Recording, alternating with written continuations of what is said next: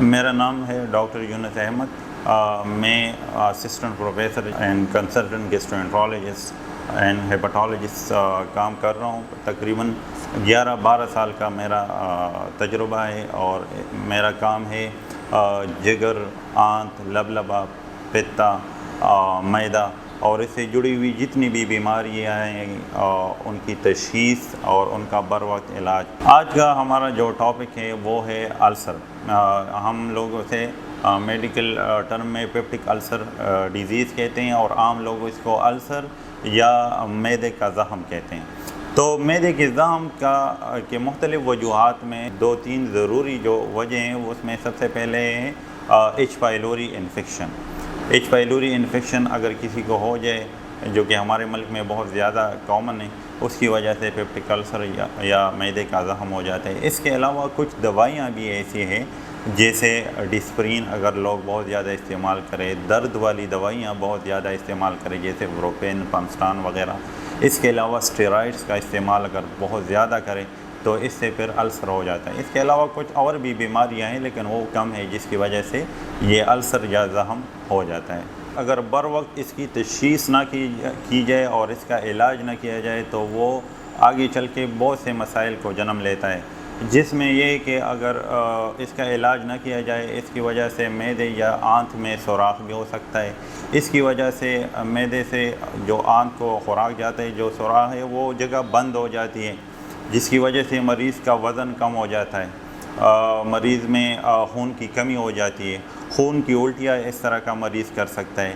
اس کے علاوہ اگر کافی عرصے تک یہ مسئلہ چلتا رہے تو اس کی وجہ سے معدے کا کینسر بھی بن سکتا ہے۔ اسموکنگ، الکوہل اور اسپائسی اور یہ فیٹی جو خوراک ہے یہ آگے چل کر السر کا باعث بن سکتے ہیں۔ اس لیے لوگوں کو چاہیے کہ ان چیزوں کو، اسموکنگ کو اور الکوہل اور ان چیزوں کو اور تلی ہوئی چیزوں کو نہ استعمال کریں۔ 3-4 علامات ایسی ہیں جو اگر کسی میں ہو تو اس کے ذہن میں یہ بات آنی چاہیے کہ اس کو پیپٹک السر یا معدے کا زخم ہو سکتا ہے یا ہوا ہوگا۔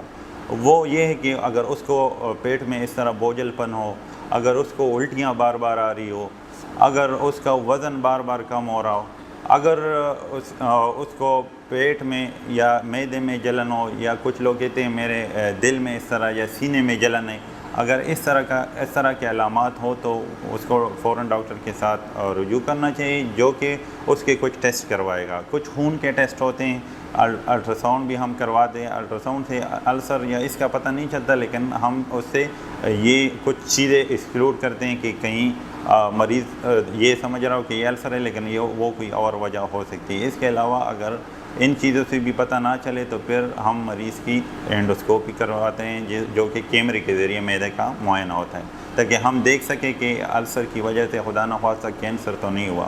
اگر کافی عرصے سے اس کو السر ہو تو اس کی وجہ سے یہ ہو سکتا ہے کہ وہ راستہ جو خوراک کی نالی ہے نیچے معدے کی جگہ پہ وہ تنگ ہو سکتی ہے، وہاں ہم اسے کہتے ہیں اسٹرکچرز، وہاں اسٹرکچر بن جاتا ہے۔ اس کے علاوہ اگر کافی عرصے سے ہو تو اس سے معدے کا کینسر بھی بن سکتا ہے۔